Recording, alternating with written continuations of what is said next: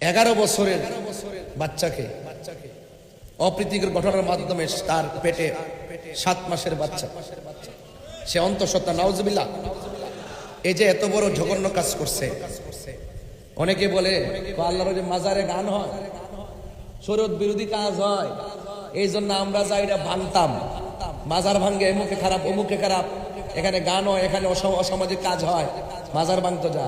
আর তোমরা মাদ্রাসার ভিতরে যে হুজুর যে এত বড় জঘন্য কাজ, একের উপর একটা নতুন না, সেই ওই ইতিহাস স্বাধীনতার আগে থেকে যে এরকম আকাম কুকাম চলতেছে, ওই এখন তোমরা ওই মাদ্রাসা ভাঙতে যাইতে পারো না? এখন ঘুমাই রয়েছে কেন?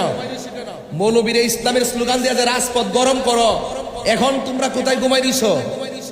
কোথায় ঘুমাই রইছো? আমরা বারবার বলছি, যদি কোনো মাজারে অসামাজিক কাজ হয়, আমরা ওই অসামাজিক কাজকে প্রতিরোধ করব। আল্লাহর ওলির মাজারে আক্রমণ করা যাবে না।